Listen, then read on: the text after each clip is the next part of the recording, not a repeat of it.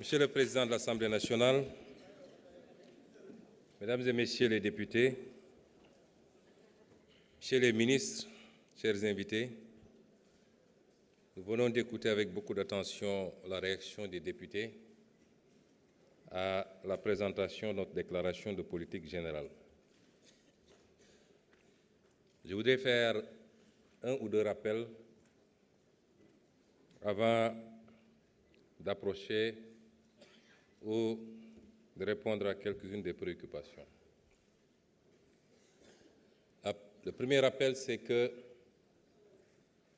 nous sommes là dans un exercice de déclaration de politique générale et non pas dans un exercice de déclaration de politique sectorielle, encore moins une déclaration de politique communale. Et cette déclaration nous permet d'indexer et de traiter de manière générale des orientations, des options du gouvernement sur les déclinaisons des différentes politiques publiques. Définir les politiques publiques nous permet de mieux asseoir l'action publique. On a beaucoup parlé d'action publique ici, mais la présente déclaration de politique générale nous permet juste de discuter avec les députés des grandes orientations et des grandes options des politiques publiques dans tous les domaines. L'énergie, l'agriculture, la santé, les infrastructures, la justice, les institutions et j'en passe. Beaucoup de députés ont indexé ces questions et dans le sens attendu dans un exercice de ce genre. La deuxième chose, c'est un constat. C'est qu'aucun député ici présent, qu'il soit de la majorité ou de l'opposition, n'a remis en question ces orientations et la déclinaison des politiques publiques pour les 5 prochaines années. Aucun. Et dans aucun domaine des politiques publiques, certains ont posé des questions qui peuvent enrichir le débat. Certains ont interpellé par rapport à certains aspects des politiques publiques qui n'ont pas ou qui n'ont pas été suffisamment traités. Et je leur en sais gré parce que ça nous permet d'apporter quelques précisions. Mais aucun député ne nous a dit que ce qui a été présenté aujourd'hui n'est pas bon ou ne va pas dans le sens souhaité pour sortir ce pays de la situation catastrophique dans laquelle les régimes précédents, particulièrement le régime sortant, l'a plongé. Alors, il y a quelque chose d'assez cocasse, j'allais dire, à relever, parce qu'on a parlé de rapport à la vérité. Et nous allons illustrer avec quelques aspects. Je passerai sur la longue campagne de diabolisation perpétrée par des gens qui tenaient le pouvoir et qui l'ont désorienté, non pas dans le sens de servir les intérêts de ce pays, mais qui ont utilisé toutes les forces dont ils disposaient pour combattre un parti politique, un homme, et pour essayer à tout prix de casser l'opposition. La désinformation avait pris toute une forme. D'abord, c'était de nous faire apparaître pour des gens qui détestaient les milieux religieux, les foyers religieux.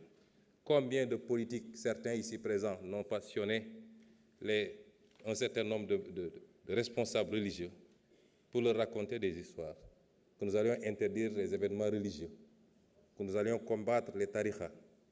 Aujourd'hui, ces mêmes personnes sont dans leurs petits souliers parce que le monde entier s'est rendu compte que c'était un tissu de contre-vérité. La désinformation a pris ensuite toutes sortes de tournures. Nous serions apparentés à des mouvements irrédentistes. Nous serions financés par des multinationales. Nous serions dans un programme de déstabilisation du Sénégal. Nous aurions des relations avec des organisations terroristes, islamistes et j'en passe. On a tous vécu cela ici. S'il faut parler de rapport avec la vérité, je pense que nous savons où chercher. Ensuite, depuis que nous sommes arrivés au pouvoir, le débat, ça a été de dire qu'ils n'ont pas de programme, qu'ils n'ont pas de vision. Où sont ceux qui disaient ça aujourd'hui? Ils sont incapables de démontrer ici et sur les plateaux de télévision qu'il n'y a pas de programme, qu'il n'y a pas de vision. Et le pire, c'est que ceux qui s'agitent le plus n'ont pas le niveau minimum pour parler de ces questions.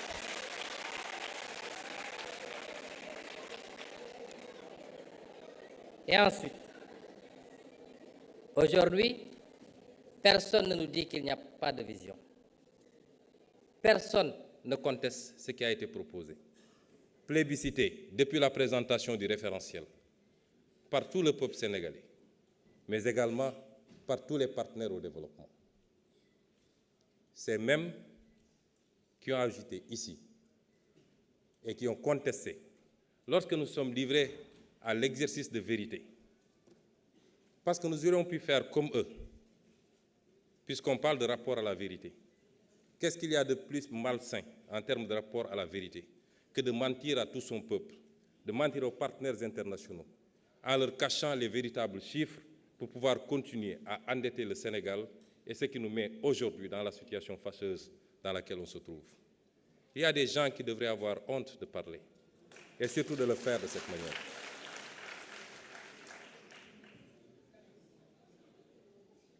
Personne aujourd'hui, à part un seul intervenant, et l'histoire, vous savez, je crois que chacun d'entre nous doit éviter de se faire prendre la main dans le sac en plein jour. Dans quelques jours, la Cour des comptes publiera son rapport. Dans quelques jours. Je ne sais pas ce qui s'y trouve. Je ne sais pas ce qui s'y trouve, mais je peux vous garantir d'une chose. Si ça ne révèle pas plus que ce que nous avons révélé, ça ne sortira pas